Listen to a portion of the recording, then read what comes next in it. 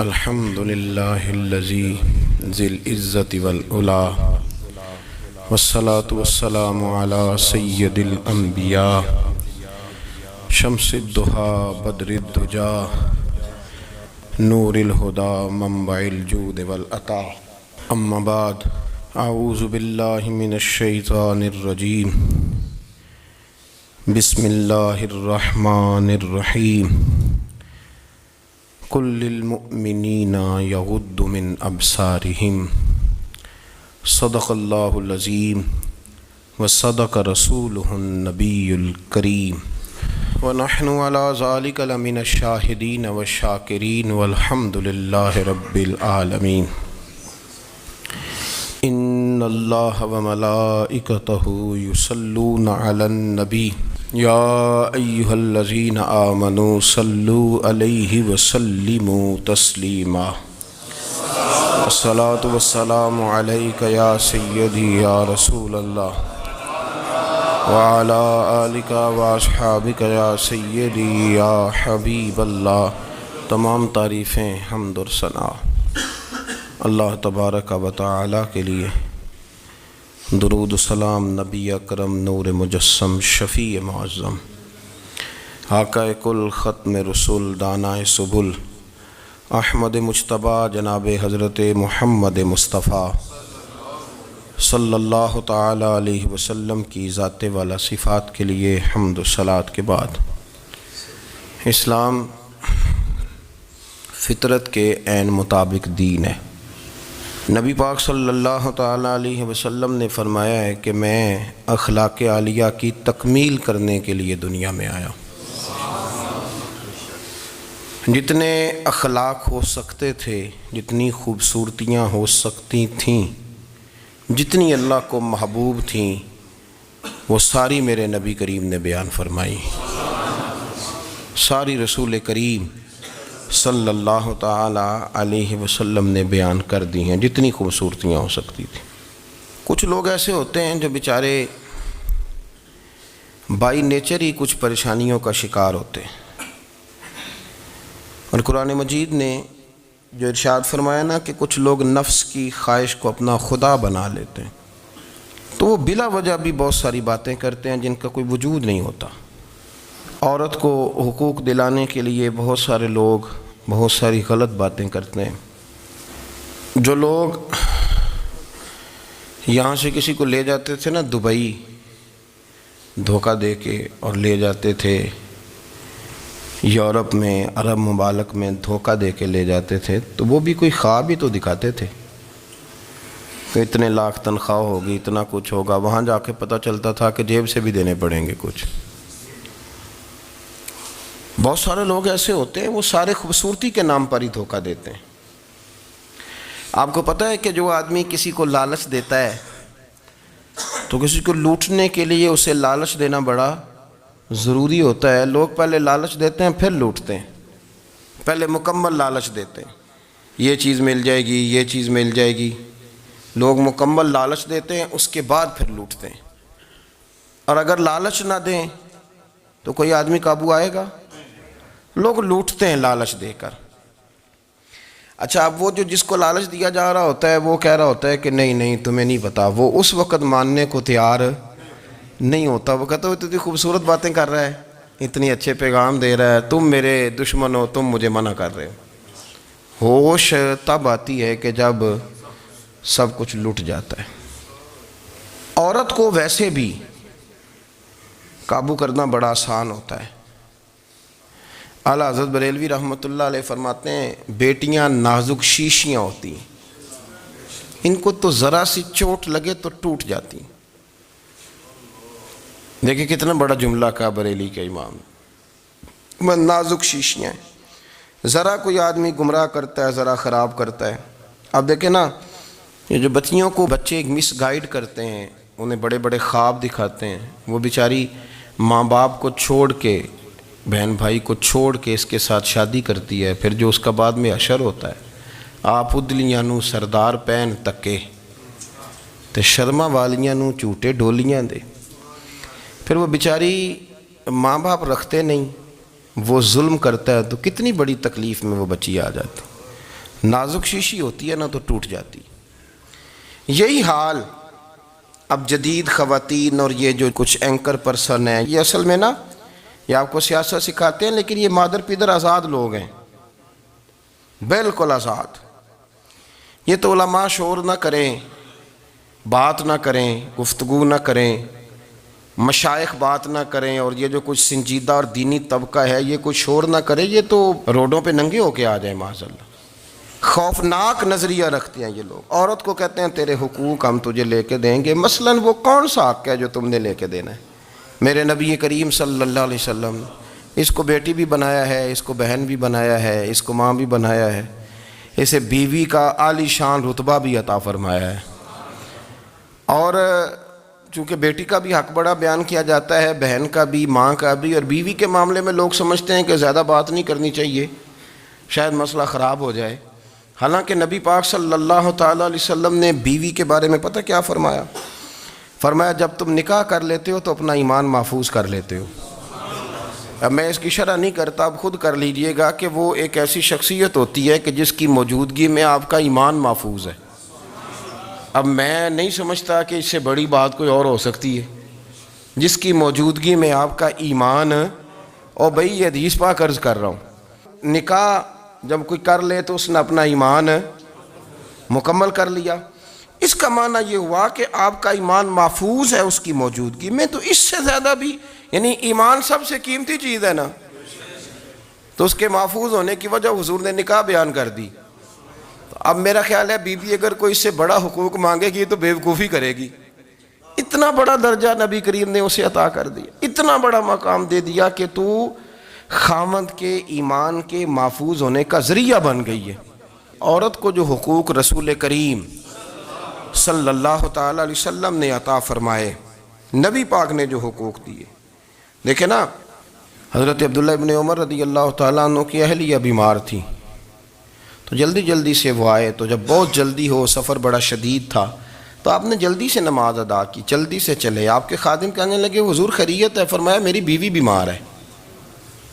تو اس نے عرض کی حضور آپ کی اہلیہ بیمار ہے. تو آپ نے نماز بھی جلدی سے پڑھی، سفر بھی جلدی کیا.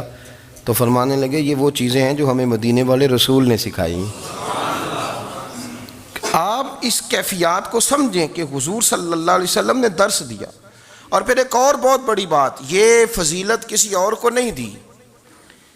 جو عورت کو حضور نے فضیلت دی، یہ فضیلت کسی اور کو نہیں دی. کبھی حضور نے فرمایا کہ تمہارا ابا تمہارے ساتھ بہت سخت رویہ کرے تو تم نے اس کو اس سختی پر داد دینی ہے.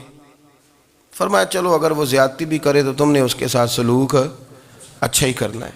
لیکن آپ ایک بات کو سمجھے نا کہ بچے کے بارے میں، بیٹے کے بارے میں، بیٹی کے بارے میں فرمایا 10 سال کے ہو کے نماز نہ پڑھیں تو سختی کرو،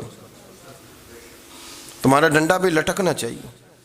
بہت ساری جگہوں پہ بہت سارے لوگوں کے لیے سختی کا حکم دیا، لیکن عورت کے لیے حضور نے جو جملے کہے، اصل میں ہم سمجھتے ہیں کہ یہ ایک بات ہے، مشہور ہو گئی ہے روایت حدیث، تو بس اس کے پس منظر پر اور جملوں کے حسن پر شاید معاذ اللہ غور کرنے کی ضرورت نہیں. ذرا اس لفظ کی تاثیر پر غور کریں.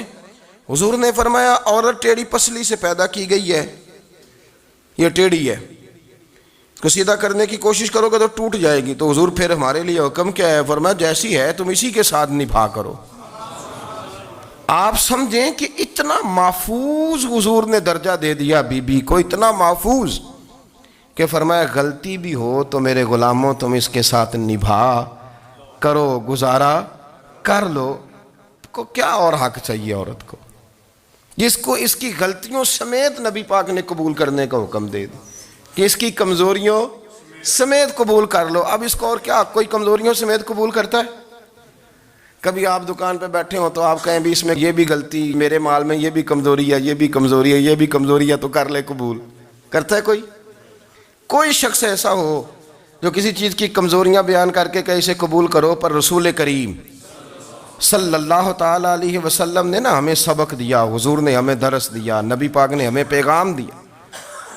فرمایا یہ ٹیڑھی ہے، سیدھی کرنے کی کوشش کرو گے تو بیچاری ٹوٹ جائے گی، تو اس کے ساتھ نبھا کر جاؤ. آپ میری بات کو سمجھیے گا. چلیں میں اس پر ایک اور بخاری مسلم کی حدیث پڑھتا ہوں. حضرت سلمان فارسی رضی اللہ تعالیٰ عنہ اور حضرت ابو دردہ کے درمیان بھائی چارہ تھا۔ مکے سے مدینے جب لوگ آئے تو حضور نے بھائی بھائی بنایا تھا، ان کے درمیان بھائی چارہ تھا، تو ابھی پردے کی آیات نازل نہیں ہوئی تھیں تو لوگ ایک دوسرے کی طرف جاتے تھے۔ حضرت سلمان فارسی رضی اللہ تعالیٰ عنہ حضرت ابو دردہ رضی اللہ تعالیٰ عنہ کے گھر میں تشریف لے گئے تو دیکھا کہ ان کی بیوی بڑی غمگین بیٹھی ہیں۔ تو ہم نے فرمایا بہن کیا ہوا؟ تو کہنے لگی تمہارے بھائی کو دلچسپی کوئی نہیں رہی، ہر روز روزہ رکھ لیتا ہے اور ساری رات نفل پڑھتا ہے۔ حضرت سلمان فارسی کہنے لگے ٹھیک ہے کر لیتے ہیں بندوبست۔ نماز دین ہے کہ نہیں؟ دین ہے نا یہ چیزیں۔ لیکن حضرت سلمان فارسی جناب ابو دردہ سے کہنے لگے آج میں نے تیرے گھر میں رہنا رات کو، کیونکہ وہ تو ساری رات نماز پڑھتے تھے، نفل پڑھتے تھے۔ انہوں نے کہا ٹھیک ہے، ایک بستر لا کے بچھا دیا حضرت سلمان فارسی کے لیے۔ سلمان فارسی فرمانے لگے دوسرا بھی لا۔ کہا وہ کیا کرنا ہے؟ فرمانے لگے تو نے بھی سونا ہے، میں نے بھی سونا ہے، تو نے بھی سونا ہے، عشاء پڑھیں گے اور پھر دونوں سوئیں گے۔ کہا میں نے تو نماز پڑھنی ہے۔ فرمایا تہجد کے وقت اٹھ کے پڑھیں گے، اللہ کے رسول بھی رات آخری حصے میں جا کے نماز پڑھتے ہیں۔ ادھر ساتھ سلا لیا، وہ تھوڑی کو دیر سوئے، اب عادت تھی ساری رات اٹھنے کی، ذرا اٹھنے لگے بستر سے تو حضرت سلمان فارسی فرمایا چپ کر کے سو جا، وہ بڑی رات پڑی ہوئی، چپ کر کے سو جا۔ وہ لیٹ گئے، پھر اٹھنے لگے تو فرمایا سو جا چپ کر کے، بڑا ٹائم ہے۔ سحری کے وقت اٹھے، نفل پڑھے، ان کا ارادہ تھا روزہ رکھنے کا، تو فرمانے لگے کل رکھا تھا نا نفلی روزہ؟ جی رکھا تھا۔ پرسوں بھی رکھا تھا، ترسوں بھی رکھا تھا۔ فرمایا آج نہیں رکھنا، آج میں تیرا مہمان ہوں، سارا دن کٹھے مل کے روٹیاں کھائیں گے، آج نہیں روزہ رکھنا، سلا دیا۔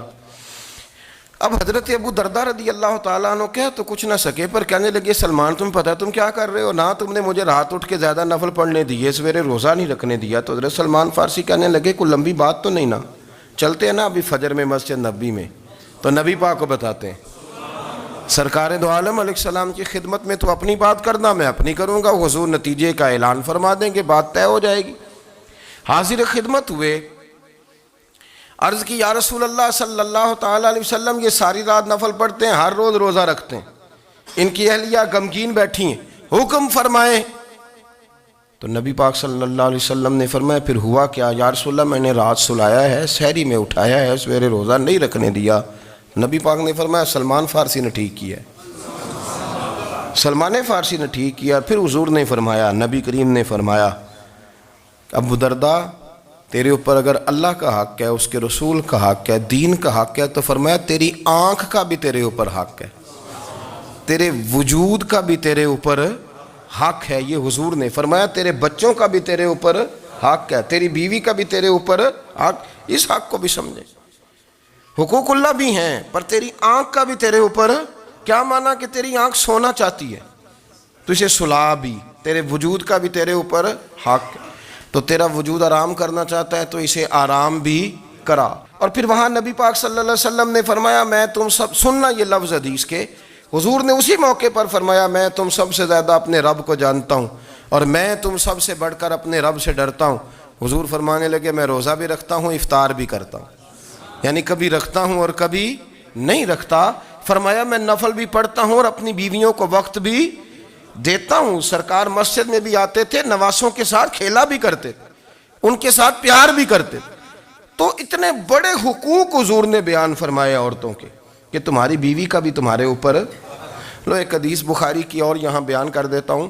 ایک شخص نے آ کے عرض کی یا رسول اللہ صلی اللہ تعالیٰ علیہ وسلم جہاد کے لیے تیاری ہو گئی ہے، صفیں بن رہی ہیں، مجاہدین کی تیاری ہے، تو میرا بھی نام لکھ دیا گیا ہے مجاہدوں کی لسٹ میں، لیکن یا رسول اللہ صلی اللہ تعالیٰ علیہ وسلم میری بیوی نے حج کی تیاری کر لی ہے اور میرے دوستوں نے، صحابہ نے میرا نام مجاہدین کی لسٹ میں لکھ دیا، تو میرے لیے کیا حکم ہے؟ یہ بخاری مسلم ہے۔ تو نبی پاک صلی اللہ تعالیٰ علیہ وسلم نے فرمایا جہاد پہ کوئی اور چلا جائے گا تو بیوی کے ساتھ حج کرنے جا، اسے محرم کی ضرورت ہے، وہ تیرے بغیر کیسے جائے گی؟ مجاہدین کو تو اور مجاہد مل جائے گا، پر تو اپنی بیوی کے ساتھ جانا۔ نبی پاک صلی اللہ علیہ وسلم نے مرد کو محافظ بنایا ہے، عورت کو مرد کا قیدی نہیں بنایا، بلکہ عورت کو حفاظت عطا کی اور مرد کو اس کا محافظ بنایا۔ اب بچیاں آزاد ہونا چاہتی ہیں، اور آزادی بھی وہ والی کہ جو بنیادی طور پر آزادی نہیں، فحاشی ہے۔ میں نے بہت پہلے کہا ہے کہ اسلام بیٹیوں کو قیمتی سمجھتا ہے، جس بندے کے پاس 20 تولے سونا ہو وہ چوک میں لے کے نہیں آتا، وہ قیمتی چیز ہے، اس نے چھپا کے رکھی ہوتی ہے۔ تو جو نبی پاک صلی اللہ علیہ وسلم کا کلمہ پڑھنے والے بیویاں، اسلام انہیں قیمتی سمجھتا ہے، کہتا ہے کہ تم قیمتی ہو لہذا گھر کے اندر رہو، تم باہر نہ ہو۔ لیکن عورتیں ہیں کہ ان کو بلا وجہ لوگ خراب کر دیتے ہیں اور بلا وجہ وہ اس مغالطے کا شکار ہو جاتی ہیں۔ اب آگے بڑھتے ہیں، قرآن مجید نے سورہ نور کی آیت نمبر 30 میں کہا کہ کل للمؤمنین یغضوا من ابصارہم، فرمایا کہ اے محبوب علیہ السلام مومن مردوں سے کہہ دو کہ اپنی نظریں جھکا کے رکھیں، اپنی نظریں۔ اور اگلی آیت میں فرمایا وَقُلْ لِلْمُؤْمِنَاتِ یغضضن من ابصارہن، فرمایا کہ اے محبوب مومن عورتوں سے بھی کہہ دو کہ اپنی نظریں جھکا۔ مرد بھی اپنی نظر جھکا کے رکھے گا عورت کی طرف، لیکن یہ ساری پابندی صرف مرد پر نہیں، عورت بھی غیر محرم کا چہرہ نہیں دیکھے گی، اس پر بھی اسی طرح نظر جھکانے کا حکم ہے، جس طرح کہ وہ ہر دکاندار کو بھائی جان کہہ کے گفتگو کرنے کی اس کو بھی اجازت نہیں ہے کہ وہ بھی وہ سمجھے کہ پابندی تو مرد نے کرنی تھی، میں نے تھوڑی کرنی تھی۔ وہ جس کے پاس جائے، جہاں بھی جائے، ڈاکٹر کے پاس جائے، باہر جائے، تو وہ جس طرح مرضی اس کا دل چاہے وہ بات چیت کرے، اس کی عورت کو بھی اجازت اسلام نہیں دیتا۔ بنیادی طور پہ اسلام شرم و حیا کا دین ہے، حیا کی بات کرتا ہے۔ حیا کی جب ہم تعریف کرتے ہیں تو حیا کی تعریف یہ ہے کہ کوئی کبھی چیز دیکھ کے نہ تو آپ کی طبیعت میں کراہت محسوس ہو، آپ کوئی غلط جملہ منہ سے نکالتے ہوئے ذرا جھجکیں، آپ کوئی غلط بات کرتے ہوئے تھوڑا بوجھ محسوس کریں۔ ہمارے ہاں تیزی سے فروغ پایا ہے بے حیائی نے، سنگیوں کی محفلیں، یاروں کی محفلیں، اس میں غلیظ گفتگو ہوتی ہے، الا ماشاء اللہ۔ جن دوستوں کو بڑی پاک صاف گفتگو کرنی چاہیے، دوستی کا رشتہ بڑا مقدس رشتہ ہے، جو یہاں ایک دوسرے سے پیار کریں گے جنت میں بھی اکٹھے داخل کیے جائیں گے۔ شرط یہ ہے کہ پیار اللہ رسول کی رضا کے لیے ہو، لیکن اس کے اندر اگر آپ کی گفتگو کچی ہو، کمزور ہو، فحاشی والی ہو، عریانی والی ہو، وہ ہمارے ہاں تو اب اس کو لوگ فیشن سمجھتے ہیں، اس کو مردانگی کی علامت سمجھتے ہیں کہ وہ جی ساری باتیں جی وہاں ہو گئیں، اور جس کا جو جی چاہا اس نے کہا۔ آپ جب حیا کے دائرے میں ہوتے ہیں تو آپ خود بھی سکون محسوس کرتے ہیں۔ دیکھیں نا، آپ کو نیند سکون سے کہاں آتی ہے؟ جہاں کمرہ بند ہو، چاروں جانب دیوار ہے، اوپر چھت ہے، خالی دروازہ بھی کھلا ہوا ہونا تو جب بندہ سکون لینا چاہتا ہے تو کہتا ہے یار ذرا دروازہ ذرا بند کر دو۔ وہ اچھی طرح اپنے آپ کو چھپا لیتا ہے نا حیا کے پردے میں، تو اللہ اسے سکون عطا کرتا ہے۔ اور جو اس سے بھی زیادہ ٹھنڈی نیند میں جانا چاہتا ہے وہ کہتا ہے لائٹ بھی بند کر دو۔ اب وہ مکمل طور پہ سمجھتا ہے کہ میں چاروں جانب سے چھپ گیا ہوں، اگر میں کھل کے بھی سو جاؤں گا تو میرا چونکہ پردہ قائم ہے تو مجھے کوئی دشواری نہیں ہوگی۔ آپ جب چھپ جاتے ہیں، جب آپ حیا کے اندر سمٹ جاتے ہیں، جب آپ چادر کے اندر آ جاتے ہیں تو آپ بہت ساری جگہوں پہ آسانی محسوس کرتے ہیں۔ تو حیا تو آپ کو سکون دیتی ہے، حیا تو دل کو راحت دیتی ہے۔ میں بڑی ذمہ داری سے بات عرض کرتا ہوں، قرآن مجید نے نا ایک مقام پہ مذاق کو، ایک مزاح ہوتا ہے خوش طبی، وہ نہیں، مذاق اڑانا، قرآن پاک نے نا مذاق کو ایک جگہ پہ جاہلوں کا طریقہ بھی قرار دیا ہے۔ بنی اسرائیل کے لوگوں سے حضرت موسیٰ نے کہا کہ گائے ذبح کرو اور ایک ٹکڑا مقتول کو مارو، زندہ ہو کے خود بتا دے گا مجھے کس بندے نے قتل کیا۔ تو کہنے لگے آپ ہمارے ساتھ مذاق کر رہے ہیں۔ تو قرآن مجید کہتا ہے کہ حضرت سیدنا موسیٰ علیہ السلام فرمانے لگے اعوذ باللہ ان اکون من الجاہلین، فرمانے لگے میں اللہ کی پناہ مانگتا ہوں کہ میں جاہلوں میں سے ہو جاؤں۔ یہ مذاق کرنا تو جاہلوں کا طریقہ ہے۔ اگر آپ کی زبان سے بے حیائی کا جملہ نکل گیا، اگر آپ کی زبان سے بے حیائی کا جملہ نکل گیا، آپ نے کہہ دیا کہ ہم آزاد لوگ ہیں، جو مرضی کریں گے، جو مرضی کہیں گے، جو ہمارا دل میں آئے گا کریں گے، تو پھر تو لوگ آپ کا وہ حشر کریں گے کہ آپ سے برداشت ہی نہیں ہوگا۔ جس کا لوگ مذاق بنا لیتے ہیں اور جو مذاق بن جاتا ہے پھر اسے کوئی جینے دیتا ہے؟ آپ حیا کی چادر میں چھپیں گے تو بچیں گے۔ اگر آپ نے اپنا مذاق بنوا لیا یہ کہہ کے کہ میں نے مرضی کرنی ہے، پھر یاد رکھنا چھپنے کو جگہ نہیں ملے گی، پھر تکلیف میں آ جائیں گے، پھر بہت بڑی اذیت کا شکار ہو جائیں۔ شرم و حیا، عرب کے اندر جو کنواری لڑکیاں تھیں ان میں بڑی حیا ہوتی تھی، الحمدللہ میں بڑے فخر سے کہتا ہوں کہ میرے پنجاب کی، میرے پاکستان کی بیٹیاں بھی 20 دفعہ ان کا ابا کہے تیری شادی کرنی ہے تو وہ آنکھ نہیں اٹھا پاتی آج بھی۔ یہ تو وہ چند لوگ ہیں جو کہتے ہیں ہم ہائی کلاس ہو گئے، ہمیں نہیں پتا کہ وہ روشن خیال ہو گئے ہیں کہ روغن خیال ہو گئے، پتہ نہیں کدھر چلے گئے۔ ورنہ ہماری بیٹیاں آج بھی جب ان سے ان کا باپ، ان کی ماں بات کرتی ہے تیری شادی کی، تو وہ تو شرم کے ساتھ پچھلے سے پچھلے کمرے میں چھپتی ہیں۔ یہ اللہ نے فضل کیا ہوا ہے اس ملت پر۔ تو عرب کی لڑکی بڑی حیا والی ہوتی تھی، اس سے کوئی بات کرنی پڑتی تھی تو 20 دفعہ بات کی جاتی، پھر بھی وہ عورت چھپتی پھرتی تھی۔ حضرت عائشہ صدیقہ رضی اللہ تعالیٰ عنہ فرمانے لگیں میرے نبی پاک صلی اللہ علیہ وسلم عرب کی کواری لڑکیوں سے بھی زیادہ حیا کرنے والے۔ قاضی اعجاز مالکی نے، شیخ عبدالحق محدث دہلوی نے، دیگر بزرگ جو سیرت نگار گزرے انہوں نے لکھا ہے کہ نبی پاک صلی اللہ علیہ وسلم کے اندر 100 مردوں سے زیادہ طاقت تھی، 100 مردوں سے زیادہ طاقت۔ اب جو بات کہنے لگا ہوں، جو نتیجہ دینے لگا ہوں، اس پر خاص توجہ آپ فرمائیں گے۔ ذرا فکری طور پر، نظریاتی طور پر ایک چیز کو سمجھیے۔ ہم سمجھتے ہیں کہ جوان لڑکا ہے جی جو مرضی کرے، عمر ہے جی۔ آپ ذرا بات پر غور کیجئے گا کہ حضور صلی اللہ علیہ وسلم میں طاقت 100 مردوں سے زیادہ ہے اور حیا کواری لڑکیوں سے بھی زیادہ ہے۔ ذرا اس بات کا تقابلی جائزہ کیجئے گا کہ طاقت 100 مرد سے زیادہ ہے لیکن حیا کواری لڑکی سے بھی زیادہ ہے۔ اس کا معنی یہ ہوا کہ جس ٹہنی کو پھل زیادہ لگ جاتے ہیں وہ جھکا کرتی۔ تو حیا تو حسن ہے، حیا تو آپ کو پاک صاف کرے گا، حیا تو آپ کو نرالا کرے گا، انوکھا کرے گا۔ وہ ہمارے ایک دانشور ہے، تو مضمون لکھا، کئی باتیں بڑی پسند آتی ہیں۔ وہ کہتے ہیں کہ میری اہلیہ، ان کو بھی کسی نے مس گائیڈ کر دیا تھا، حالانکہ اچھی خاتون ہے، کسی نے مس گائیڈ کر دیا۔ تو وہ بھی سماجی اور ویلفیئر، اور یہ خواتین کو شوق ہوتا نا بننے کا، تو وہ بھی سماج کے اندر اچھا مقام تلاش کرنے کے موڈ میں آ گئی۔ تو کہیں ایک دن جانا تھا تو بڑی بن سنور کے میرے ساتھ وہ گاڑی میں بیٹھ گئی۔ تو میں گاڑی میں، عورتوں کو یہ بھی مسئلہ ہوتا ہے نا کہ ہماری تعریف کرو، تو کئی دفعہ بعض مردوں بیچاروں کو جھوٹ بولنا پڑتا ہے، تو زبردستی کراتی ہیں نا جی۔ تو اس میں گنجائش بھی دی ہے شریعت نے گنجائش دی ہے کہ کبھی بیوی کو راضی کرنے کے لیے خلاف واقعہ بات کرنی پڑے تو کر لینی چاہیے، تو وہ کراتی بھی ہیں۔ 3 موقع پر خلاف واقعہ بات کرنے کی اجازت ہے، واقعہ کے خلاف بھی آپ بات کر سکتے ہیں۔ جنگ کے موقع پر 2 لوگوں کو صلح کرانے کے لیے اور بیوی کو راضی کرنے کے لیے کر لیں کوئی ایسی بات، بے شک اپنی طبیعت پہ جبر کر کے کر لیں، گنجائش ہے، اجازت ہے۔ تو وہ کہتے ہیں جب وہ گاڑی میں میرے ساتھ بیٹھی بن سنور کے، تو وہ تقاضا کرنے لگی کہ میں نے بڑے اچھے کپڑے پہنے ہیں پر آپ نے توجہ نہیں کرائی۔ تو سیانا بندہ تھا، وہ چاہ رہا تھا کہ میری خاتون سمجھ جائیں۔ وہ کہتے ہیں مجھے پتہ تھا کہ بیچاری مس گائیڈ ہو گئی ہے، دل کی بڑی اچھی ہے، سیانی ہے، لیکن اس کو کچھ خواتین نے، کچھ لوگوں نے مل کے اس کو ذہن غلط کر دیا ہے کہ سماج میں نکلو، باہر جاؤ، کام کرو، فلاں کرو، اپنی مرضی سے جیو۔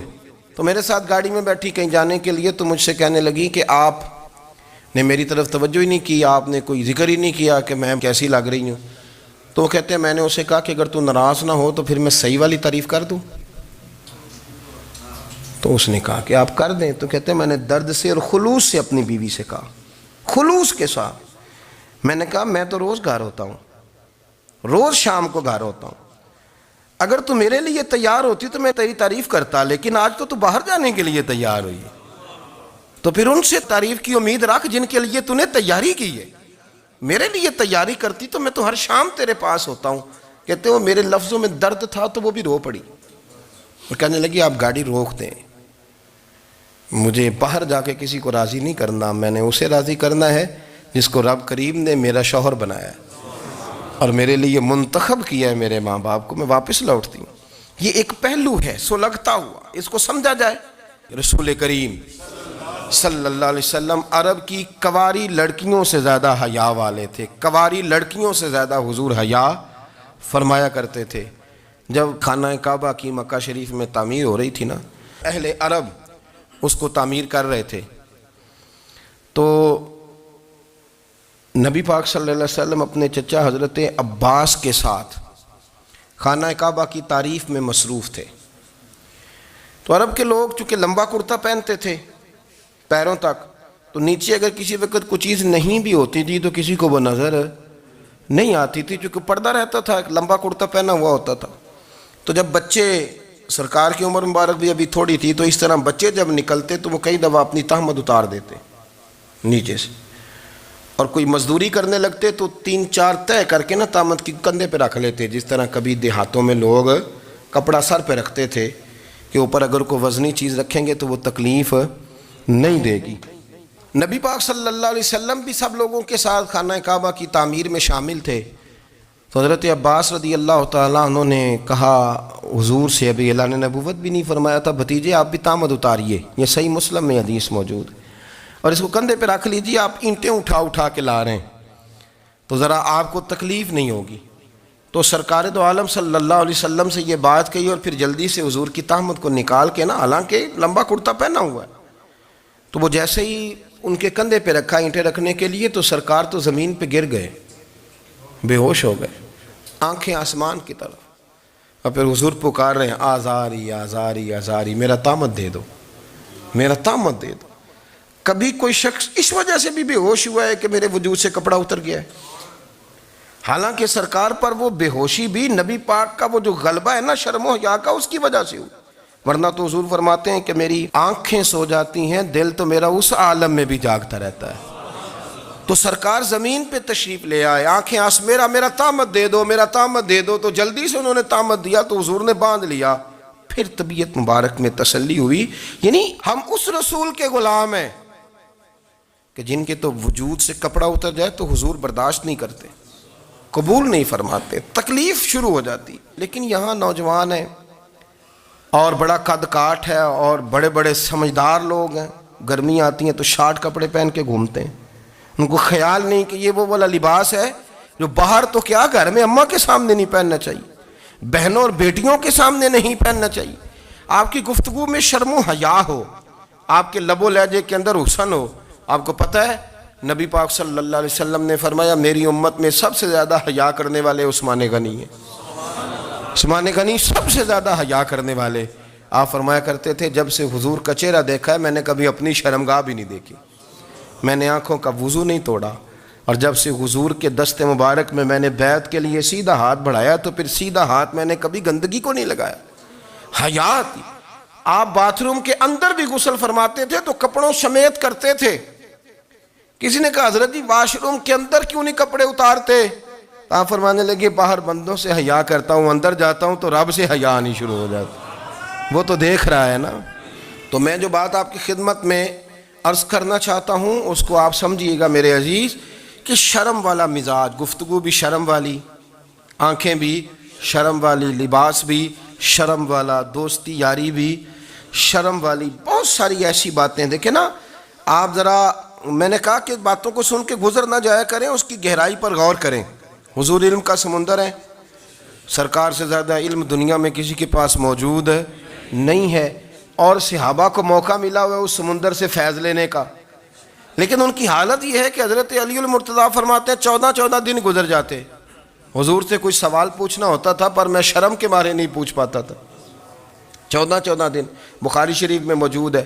ایک دن نبی پاک صلی اللہ علیہ وسلم نے پوچھا صحابہ سے کہ وہ کون سا درخت ہے جس کے پتے نہیں گرتے، اور وہ درخت اس طرح ہے جس طرح مومن ہوتا ہے، وہ درخت میرے مومن کی طرح بتاؤ۔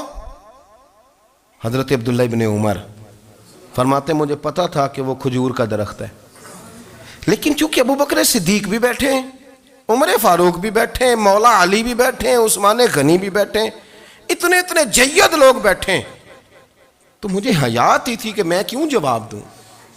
کہتے ہیں سرکار نے کئی دفعہ پوچھا، لوگوں نے کئی اور درخت بتائے، پر فرمایا تمہارا جواب درست نہیں ہے۔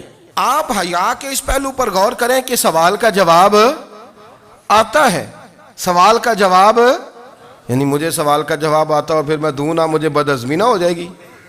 یہ کیسے ممکن ہے کہ میری رات گزر جائے، مجھے پتا بھی تھا اور میں نے بتایا نہیں؟ بہت سارے لوگ آ کے بہت ساری باتیں بتاتے ہیں، بہت ساری باتیں وہ سمجھاتے ہیں، تو ہم غور سے ان کا چہرہ دیکھنے لگ جاتے ہیں، کہتے ہیں یار اس کا تو دعویٰ تھا کہ میں سمجھنے آتا ہوں، تو یہ تو ہمیں سمجھا رہا ہے، چلو الحمدللہ ہم سمجھنے کو تیار ہیں۔ لیکن میرے عزیز پتہ بھی ہے جواب کا، علم بھی ہے، لیکن فرماتے ہیں میری حیا نے مجھے اجازت نہ دی کہ میں جواب دوں۔ آپ فرماتے ہیں پھر حضور سے صحابہ نے عرض کی کہ یا رسول اللہ آپ ہی بتا دیں وہ درخت کون سا ہے، تو حضور نے فرمایا بھئی وہ کھجور کا درخت ہے۔ تو آپ فرماتے ہیں میں دل میں کہہ رہا تھا کہ الحمدللہ میرا جواب درست ہے، حالانکہ میں نے جواب دیا ہی نہیں۔ تو لفظوں میں حیا، جملوں میں حیا، آنکھوں میں حیا، اٹھنے میں حیا، بیٹھنے میں حیا، چلنے میں حیا ایک خوبصورت حسن ہے۔ اور نبی پاک صلی اللہ علیہ وسلم نے فرمایا جب تو بے حیا ہو جائے نا پھر تو آزاد ہے، پھر تو جو مرضی کا، پھر تو جو۔ اس لیے بزرگ جب کسی کو بے حیا کہتے تھے نا، اللہ اکبر، اور جب کسی کو کہتے تھے نا یہ بے حیا ہے تو لوگ سمجھتے تھے کہ کوئی ہلکی سی بات کر دی ہے، لیکن ان کا معنی یہ ہوتا تھا کہ بس بھائی اب اس کے ساتھ کوئی کلام کرنے کی ضرورت ہے، اس کو اب اصلاح کی ضرورت نہیں، یہ بے حیا ہے۔ کیا معنی؟ کہ اب یہ جو اس کے دل میں آئے گا وہ کرے گا، جو اس کی طبیعت چاہے گی وہ کرے گا، اب یہ کسی پہلو بھی قابو آنے کو تیار، بے حیا ہو گیا۔ بے حیائی بہت بڑا عیب ہے۔ اور جو لوگ کہتے ہیں کہ ہمیں بالکل آزادی ہونی چاہیے، ہمارا اپنا جسم ہے تو ہماری اپنی مرضی چلے گی۔ ایک وزیر صاحب ہیں، پتہ نہیں میں ان کو جانتا تو نہیں، انہوں نے سینٹ میں تقریر کی ہے، میں نے ان کی بات سنی ہے۔ اس نے کہا نہیں بھائی، جسم رب کا ہے تو مرضی بھی تو رب کریم کی چلے گی، اور مرضی بھی اللہ کی۔ یہ مجھے تھوڑا سا مسئلہ ہے جسم پر، کبھی کبھی مجھے کثرت سفر سے الرجی ہو جاتی ہے۔ میرے ساتھ لوگ نا دل سے پیار کرتے ہیں، شاید ہی کوئی اچھا ڈاکٹر ہو جس تک میرے سنگی مجھے لے کے نہ گئے ہوں، پر جسم اللہ کا ہے نا، مرضی بھی جب وہ چاہے گا صحت دے گا۔ کیوں کچے کاموں میں لوگ پڑ گئے، کیوں غلط لوگ سوچ میں پڑ جاتے ہیں؟ یہ اسی کا ہے، اور جب وہ چاہے گا، آپ اس بات کو اچھے طریقے سے سمجھ لیں کہ جو اپنی مرضی چوکوں چوراہوں میں کر رہے ہوتے ہیں نا، جو مرضی گاندمند، وہ جانور ہوتے ہیں، وہ جانور ہوتے ہیں جو نہ چونک دیکھتے ہیں، نہ گلی دیکھتے ہیں، نہ انہیں پتہ ہوتا ہے کہ جگہ کون سی ہے۔ وہ انسان، میں نے کہہ دیا جو میں نے کہنا تھا، میں نے کہہ دیا، وہ جانور ہوتے ہیں۔ اور جو کچھ انسان ہوتے ہیں نا، ان کے اندر کچھ نہ کچھ پھر شرم حیا بھی ہوتی ہے۔ وہ چوکوں چوراہوں میں وہ حرکتیں اور وہ کام نہیں کرتے جو جانور کرتے ہیں۔ ان کے لیے بڑے پردے ہوتے ہیں، ان کے لیے بڑی باتیں ہوتی ہے، ان کے لیے بڑا کچھ ہوتا ہے۔ جو بالکل آزاد ہو جائے، کوئی پتہ نہ ہو کس وقت کیا کہنا ہے، کیا کرنا ہے، تو پھر وہ دائرہ انسانیت سے خارج ہو جاتا ہے۔ ہم آپ کو کیا دعوت دیں؟ آپ تو وہ باتیں کر رہے ہیں جو اسلام کا انسانیت کے حق میں بھی ٹھیک نہیں، آپ تو وہ والی باتیں کر رہے ہیں جن کا انسانیت بھی تقاضا نہیں کرتی کہ یہ باتیں ہونی چاہیے۔ لیکن ایک بات، میں تو جذباتی نہیں ہوتا، میں بڑے غور سے چیزوں کو دیکھتا ہوں، سنتا ہوں، اور نہ میں ان موسمی مینڈکوں کی۔ وہ مجھے راتق صاحب کہنے لگے جی بڑے بڑے مولوی ایک بندے کے ساتھ بیٹھے ہوئے ہوتے تھے اور وہ روزے میں بڑے بڑے درس دیتا تھا، تو وہ بھی فلانی حرکتیں کر رہا ہے۔ تو میں نے کہا ہم نے تو پرانا کہا تھا کہ موسمی مینڈک ہے، تو پرانے کہہ رہے ہیں کہ اداکار ہے، تو وہ جہاں کاسٹ کریں گے وہاں وہ اداکاری کرے گا۔ آپ کسی مذہبی جگہ کر لیں تو وہاں کر لے گا، کہیں اور جگہ کریں گے تو ہم تو پرانا کہہ رہے ہیں۔ تو کسی کو کبھی سمجھ آتی ہے تو کسی کو کبھی اور جگہ جا کے سمجھ آتی ہے۔ ہم ان لوگوں سے پریشان نہیں ہوتے، کیوں؟ سن لیں، کوئی مایوسی نہیں، ان کے اندر جتنا زور ہے وہ لگائیں۔ یہ ملک بنا ہے رسول اللہ کے نام پہ، یہ اللہ نے تحفہ دیا ہے امت مسلمہ کو، یہ نبی پاک کے نام پہ بنا ہے، تو یہاں جھنڈا بھی وہی والا بلند ہونا ہے جو مدینے والے رسول کا جھنڈا ہے، اور یہاں وہی کام چلے گا جو نبی پاک نے بیان فرمایا۔ تو اس طرح کئی لوگ آتے ہیں، وہ شور شار کرتے ہیں، چلے جاتے ہیں۔ اتنے نہ پریشان ہوا کریں، بہت سارے لوگ تو بیچارے اس قابل بھی نہیں ہے کہ ان کا نام لیا جائے، مطلب اتنا ہم ان کو اہمیت دے دیں، ان کا ذکر کریں، ان کا نام لیں، ان کی بات کریں، وہ بیچارے اس قابل ہی نہیں ہے، مطلب سٹیٹس ہی نہیں ہے ہمارا، اتنے فارغ ہیں ہم کہ اب جو بندہ آئے گا کہانی چھیڑے گا تو ہم چھیڑ جائیں گے۔ اور بھائی اللہ کا فضل ہے الحمدللہ تعالی، لوگوں نے بڑا شور کیا، اور بڑے زمانے سے دنیا شور کر رہی ہے، پر اللہ کے گھر مسجدیں بھری ہوئی ہیں، مسجدیں بھری ہوئی ہیں۔ ہماری بیٹیاں پردے کرتی ہیں، پردے کو پسند کرتی ہیں، وہ حجاب میں رہتی ہیں، وہ سمجھتی ہیں کہ ہمارا اصل حسن کیا ہے۔ تو یہ پراپوگنڈا پرانا چلا آ رہا ہے، اس کا اللہ کے فضل سے امت مسلمہ پہ نہ کبھی اثر ہوا ہے اور نہ کبھی ہوگا انشاءاللہ۔ اللہ تعالی ہمیں حق پر استقامت عطا فرمائے۔